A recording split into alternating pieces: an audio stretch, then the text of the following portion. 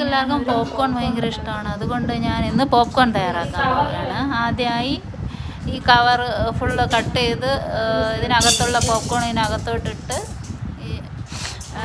അടച്ച് വയ്ക്കുക.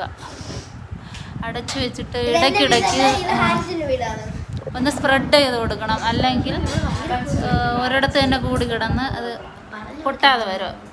ഇടയ്ക്കിടയ്ക്ക് തന്നെ സ്പ്രെഡ് ചെയ്ത് കൊടുക്കണം. ലാസ്റ്റ് 3 മിനിറ്റ് കഴിയുമ്പോൾ അത് റെഡിയാവും.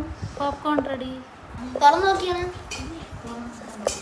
ഇടയ്ക്കിടയ്ക്ക് ഇങ്ങനെ സ്പ്രെഡ് ചെയ്ത് കൊടുക്കണം. അല്ലെങ്കിൽ ഇത് അപ്പൊ ഗൈസ്, അപ്പൊ ഇതൊരു എൻ്റെ ഫ്രണ്ടിൻ്റെ ആൻറ്റിയാണ് ഈ പോപ്കോൺ ഉണ്ടാക്കി വെച്ചിരിക്കുന്നത്. അപ്പോൾ ഒരു ഡിലീഷ്യസ് ചെയ്യുന്നത് നല്ല ടേസ്റ്റ് ഒക്കെ ഉണ്ട്.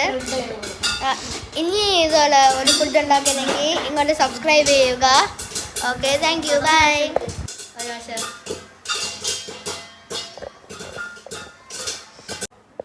ഇത് ആയെന്നാണ് തോന്നണം. നിർത്താം. വാവ്,